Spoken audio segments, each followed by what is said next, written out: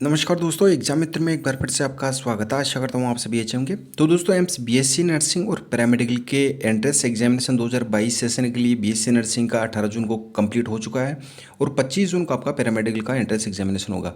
तो BSc nursing के लिए रिजल्ट है वो कब डिक्लेयर किया जाएगा, जानकारी इस वीडियो में मिलेगी। और साथ ही जो पैरामेडिकल की प्रिपरेशन कर रहे हैं 25 जून को एंट्रेंस एग्जामिनेशन होगा, तो उसके लिए लास्ट टाइम में आपको कौन सी चीज़ों को ध्यान में रखना जिससे कि आपको किसी भी तरह की कोई असुविधा नहीं हो।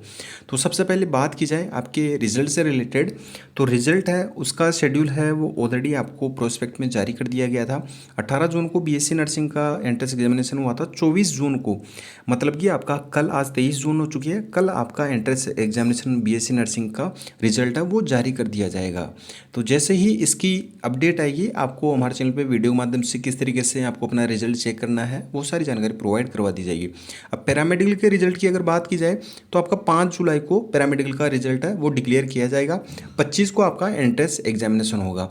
तो ये तिथि आप ध्यान में रखिए। बाकी आपकी काउंसलिंग के लिए मेरिट लिस्ट और बाकी आपकी जो फर्स्ट राउंड काउंसलिंग है, सेकेंड राउंड काउंसलिंग है और उससे पहले आपका मॉपअप राउंड होगा, तो उसके लिए आपको किस तरीके से आपको अपना रजिस्ट्रेशन करना है, क्या प्रोसीजर रहेगा।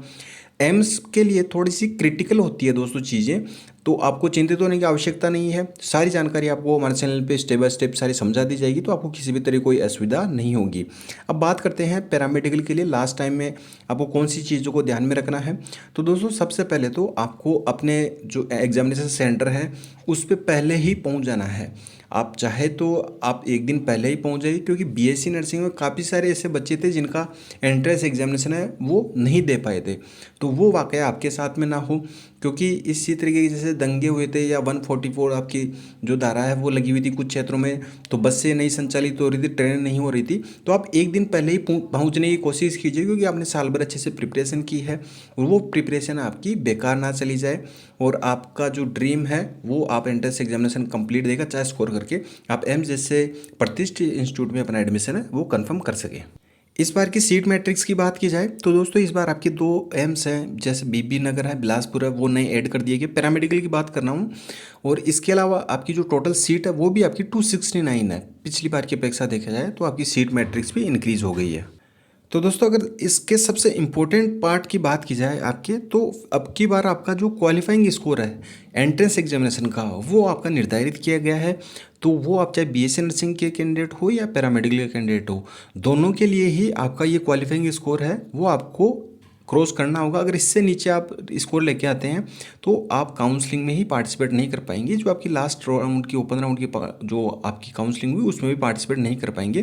कुल मिला के ये है कि आपको क्वालिफाइंग स्कोर से ऊपर स्कोर लाएंगे तो ही आप एलिजिबल होंगे काउंसलिंग में पार्टिसिपेट करने के लिए। बाकी सिलेक्शन तो आपका मेरिट बेसिस पे होगा। तो आप यहाँ पे देख सकते हैं यूआर और ईडब्ल्यूएस के लिए 50% आपका स्कोर जरूरी है।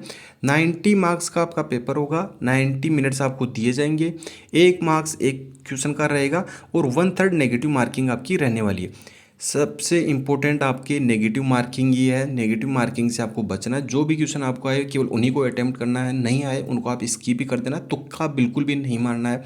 क्योंकि अगर आप 3 क्वेश्चन रॉन्ग करेंगे तो आपका एक क्वेश्चन है वो आपका राइट है वो इक्वल्स हो जाएगा। इस तरीके से आपके कितने क्वेश्चन खराब हो गए, 4 क्वेश्चन आपके खराब हो गए। अगर आप 4 क्वेश्चन आपके खराब हो गए तो टोटल 90 क्वेश्चन ही आएंगे और इनमें से फिर आपके 86 बचेंगे। इसी तरीके से आपने फिर 3 क्वेश्चन रॉन्ग कर दिए, एक आपका फिर आपका जो सही किया था उसके इक्वल्स हो जाएगा। तो इस तरीके से आपके करते करते आपके अगर बात की जाए 3 और 1 4 और 8 आपके इस तरीके से फिर 82 में आपको स्कोर करना रहेगा। यहाँ पे आपका स्कोर रहेगा 86 में, फिर यहाँ पे 82 पे स्कोर करना रहेगा।